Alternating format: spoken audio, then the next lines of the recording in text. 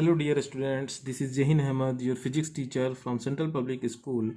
Hope you all enjoyed the first lecture. This is the second lecture of the chapter electricity, and in this lecture we are going to cover electric potential and potential difference. So before that, we have to know about what is electric field. So for understanding electric field, we have to understand some basic concepts about magnets. आप सभी ने magnet तो देखा ही होगा बचपन में और उससे खेला भी होगा। अब ये हम लोग जानते हैं कि दो मैग्नेट्स को जब पास लाया जाए तो बड़ा वाला मैग्नेट छोटे वाले को अपनी तरफ या तो अट्रैक्ट कर सकता है या तो रिपेल कर सकता है। और ये भी जानते हैं हम लोग कि सिमिलर पोल्स जो होते हैं वो एक दूसरे को रिपेल करते हैं और अनलाइक पोल्स जो हैं वो एक दूसरे को अट्रैक्ट करते हैं। अब बिना किसी फिजिकल कॉन्टैक्ट के एक मैग्नेट दूसरे मैग्नेट को अपनी तरफ खींच सकता है। तो ऐसा क्या है मैग्नेट के बाहर कुछ जो इस पे फोर्स लगा रहा है? तो मैग्नेट के बाहर का वो हिस्सा जिसके कारण दूसरे मैग्नेट पे फोर्स लग रहा है उसको मैग्नेटिक फील्ड बोलते हैं। Similarly suppose this is a positive charge and this is a negative charge, तो ये क्या करेगा, पॉजिटिव चार्ज इस वाले नेगेटिव चार्ज को अपनी तरफ अट्रैक्ट कर सकता है। अब दोनों में बिना किसी फिजिकल कांटेक्ट के फोर्स लग रहा है, तो इस पॉजिटिव चार्ज के बाहर कुछ ना कुछ इनविजिबल ऐसा कुछ है जो हमें दिख तो नहीं रहा है, लेकिन उसके कारण इस वाले नेगेटिव चार्ज पे फोर्स लग रहा है। तो किसी भी चार्ज के बाहर का वो हिस्सा जहाँ तक वो फोर्स लगा सकता हो किसी दूसरे चार्ज पार्टिकल पे, उस हिस्से को बोलते हैं हम लोग इलेक्ट्रिक फील्ड। अब हमने क्या देखा है कि मैग्नेट को दूसरे मैग्नेट के जितना करीब रखेंगे उतना ज़्यादा फोर्स लगेगा और जितना दूर ले जाएंगे वो फोर्स उतना कम हो जाएगा। सिमिलरली चार्ज पार्टिकल्स का जो इलेक्ट्रिक फील्ड है वो चार्ज पार्टिकल्स के करीब में काफ़ी स्ट्रांग होता है और जितना दूर जाएंगे हम लोग वो कमज़ोर होता जाएगा। अब साइंटिस्टों ने भाई कन्वेंशन ये लिया कि पॉजिटिव चार्ज से जो इलेक्ट्रिक फील्ड है वो बाहर की तरफ निकलता है और नेगेटिव चार्ज में अंदर की तरफ जाता है। इलेक्ट्रिक फील्ड है क्या? तो किसी भी चार्ज के बाहर का वो हिस्सा, the space around the charge particle where it exerts the electric force is known as electric field. उसी को, बस स्पेस जो है किसी भी चार्ज पार्टिकल के बाहर के स्पेस को हम लोग इलेक्ट्रिक फील्ड बोलते हैं। अब इलेक्ट्रिक फील्ड जो है हमारा ये वेक्टर क्वांटिटी है, इसमें मैग्नीट्यूड और डायरेक्शन दोनों होते हैं और इसका ऐसा यूनिट है न्यूटन पर कूलम्ब। ठीक है, अब ये क्लियर हो गया। तो अब आते हैं हम लोग इलेक्ट्रिक पोटेंशियल के बारे में। इलेक्ट्रिक पोटेंशियल क्या है? अब हमने 9th क्लास में पढ़ा था ग्रेविटेशनल पोटेंशियल एनर्जी। जब किसी ऑब्जेक्ट को अर्थ सरफेस के ऊपर ले जाते हैं तो उस पर हम लोग, क्योंकि ऊपर ले जा रहे हैं तो ग्रेविटी के फोर्स के अगेंस्ट के काम करेंगे हम लोग, और उस पर फोर्स लगा के जब ऊपर ले जाएंगे तो उस पर वर्क भी होगा और वही वर्क उस ऑब्जेक्ट के ग्रेविटेशनल पोटेंशियल एनर्जी के फॉर्म में कन्वर्ट हो जाता है। वैसा ही कुछ सिमिलर कॉन्सेप्ट है यहाँ भी। अब क्योंकि यहाँ पे चार्जेस की बात हो रही है तो इसलिए यहाँ पे बोलते हैं हम लोग इलेक्ट्रिक पोटेंशियल। अब ये क्या कहता है? The work done in bringing a unit positive charge from infinity to a point in an electric field is known as electric potential. वो वर्क जो किसी यूनिट पॉजिटिव चार्ज पे हम लोग करते हैं उसको इन्फिनिटी से एक इलेक्ट्रिक फील्ड में लाने के लिए, उस वर्क को बोलते हैं हम लोग इलेक्ट्रिक पोटेंशियल। अब ये इन्फिनिटी की बात यहाँ क्यों आ रही है क्या? मैंने वहाँ 9th क्लास में भी आपको समझाया था कि इलेक्ट्रिक पोटेंशियल एब्सोल्यूट क्वांटिटी नहीं है। तो हम अगर जनरली हम मेजरमेंट करते हैं स्केल से तो हम क्या करते हैं, जीरो से शुरू करते हैं। तो जनरल मेजरमेंट के लिए हमें जीरो पता होना चाहिए। अब इलेक्ट्रिक पोटेंशियल कभी भी जीरो हो नहीं सकता है किसी ऑब्जेक्ट का। तो ऐसा माना गया कि जो पोटेंशियल है वो इन्फिनिटी पे जाके वो पोटेंशियल जीरो हो जाएगा। तो हमने ऐसा मान लिया कि किसी भी चार्ज का जो इलेक्ट्रिक पोटेंशियल है वो इन्फिनिटी पे जीरो होगा। जैसे हमने ग्रेविटेशनल पोटेंशियल एनर्जी में अर्थ के सरफेस पे माना था कि ग्रेविटेशनल पोटेंशियल जो होता है वो किसी ऑब्जेक्ट का अर्थ के सरफेस पे जीरो होता है और जैसे जैसे ऊपर जाते हैं वो mgh वैल्यू से इंक्रीज करता जाता है। सिमिलर कॉन्सेप्ट है। अगर ये इन्फिनिटी का सिंबल है, अगर किसी चार्ज को इन्फिनिटी से उठा के अगर किसी दूसरे पॉइंट पे ले जा रहे हैं इलेक्ट्रिक फील्ड में तो इस पे हमको कुछ ना कुछ वर्क करना होगा उठा के लाने के लिए, और जितना वर्क हम इस चार्ज पे करेंगे वही इसके इलेक्ट्रिक पोटेंशियल के फॉर्म में स्टोर हो जाएगा।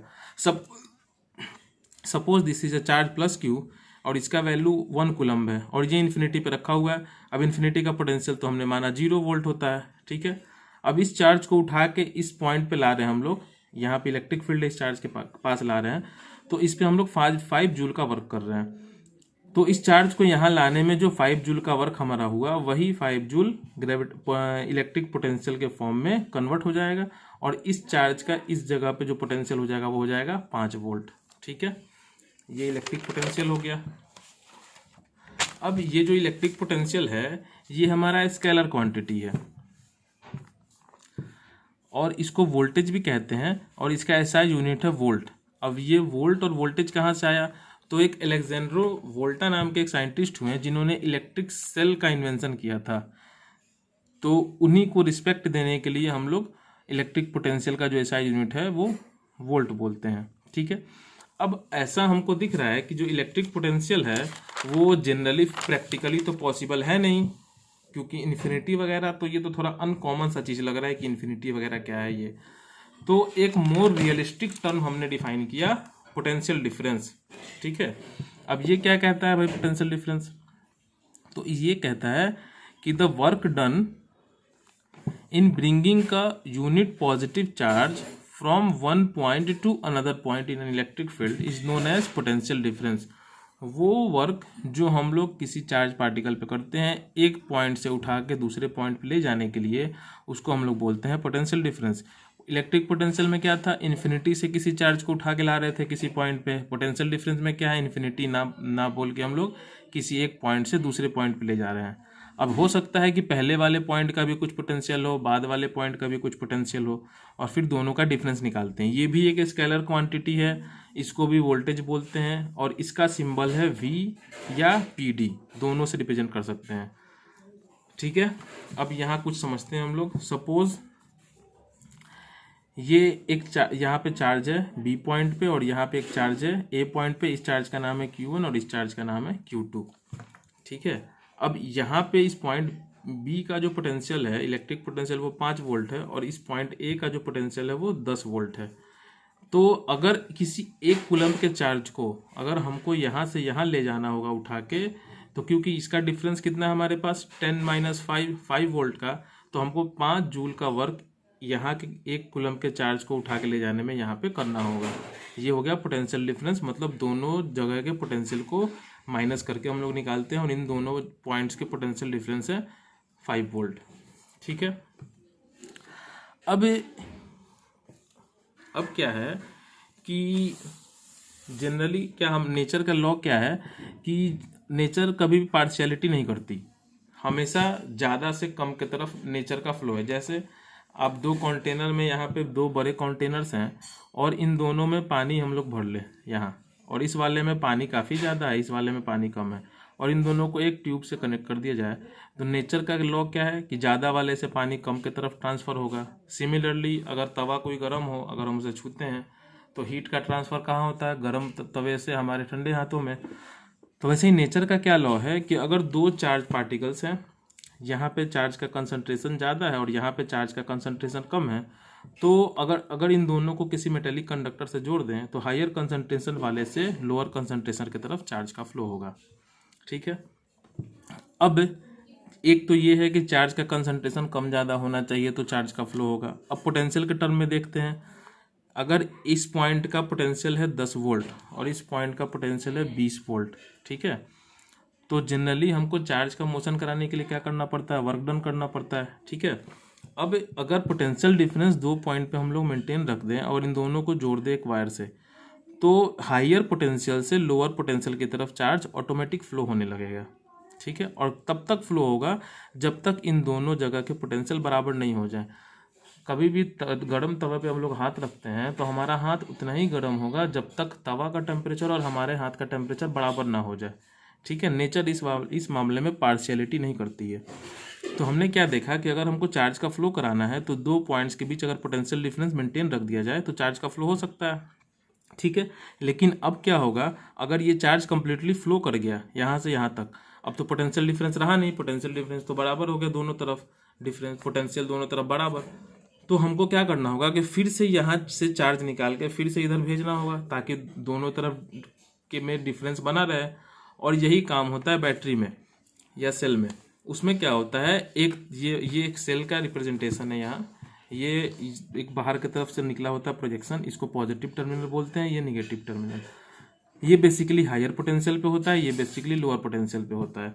तो जब भी किसी वायर से हम इसको कनेक्ट करते हैं तो क्योंकि पोटेंशियल डिफरेंस है दोनों तरफ, इसका ज़्यादा है और इसका कम है, तो चार्ज का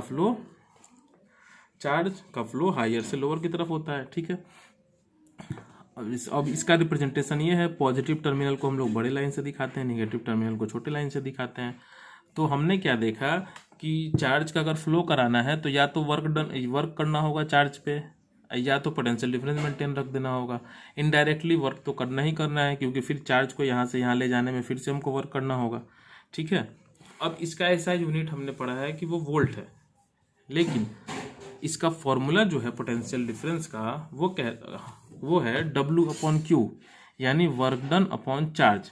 ठीक है, अब यानी कि जितना वर्क हम लोग कर रहे हैं और कितने चार्ज पे कर रहे हैं, सपोज 10 जूल का वर्क हम लोग कर रहे हैं 2 कूलम के चार्ज पे, तो जो पोटेंशियल होगा, पोटेंशियल डिफरेंस दो पॉइंट्स के बीच, वो 10/2 यानी 5 वोल्ट का हो जाएगा। अब दूसरा यूनिट क्या हो सकता है इसका, तो दूसरा यूनिट ये हो सकता है, क्योंकि वर्क डन का यूनिट ऐसा यूनिट है जूल और चार्ज का है कूलम, तो जूल पर कूलम भी इसका यूनिट है। और कमाल की बात है कि इसी को ही वोल्ट बोलते हैं। अब चाहे बुक्स में या कॉपी में ये लिखा हो कहीं क्वेश्चन में, या वोल्ट लिखा हो, दोनों एक ही चीज़ है, दोनों में कोई फ़र्क नहीं है। अब यहाँ पे एक क्वेश्चन है कि किसी चार्ज को 5 कूलम के चार्ज को हम लोग उस पर वर्क कर रहे हैं 20 जूल का, तो बताइए पोटेंशियल डिफरेंस, इसको एक जगह से दूसरी जगह ले जाएंगे तो क्या होगा। तो V का फॉर्मूला हमारे पास क्या है, W/Q, ये 20/5 किया, 4 वोल्ट का डिफरेंस आ गया। ठीक है, एक दूसरा क्वेश्चन है यहाँ पे हमारे पास, अगर एक पॉइंट का VA जो A पॉइंट है उसका पोटेंशियल है इलेक्ट्रिक पोटेंशियल 100 वोल्ट और दूसरे पॉइंट का है 50 वोल्ट, और चार्ज जो हमको B से A पे ले जाना है वो है 2 कूलम का, तो बताइए वर्क डन कितना करना होगा। तो यहाँ पे डिफरेंस कितने का है, 100 - 50, 50 वोल्ट का है।